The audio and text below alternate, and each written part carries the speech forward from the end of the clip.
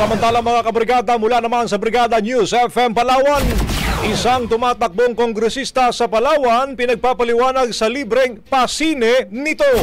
Brigada Raymond Almudal, ibrigada mo! Brigada Live Report.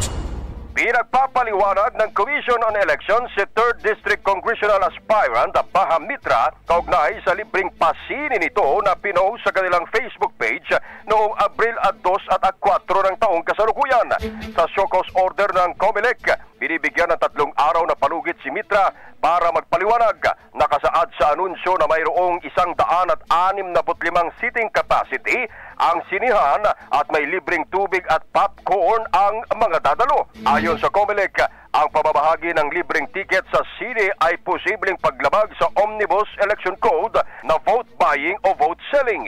Makikita rin umano sa Facebook post na dumalo mismo si Mitra sa nasabing block screening kasama ang kanyang mga taga-suporta na nagpapalakas ng aligasyon ng vote buying. Samantala, kung mapapatunayan, mariin siyang mahaharap sa paglabag sa Omnibus Election Code o petisyon sa diskwalifikasyon.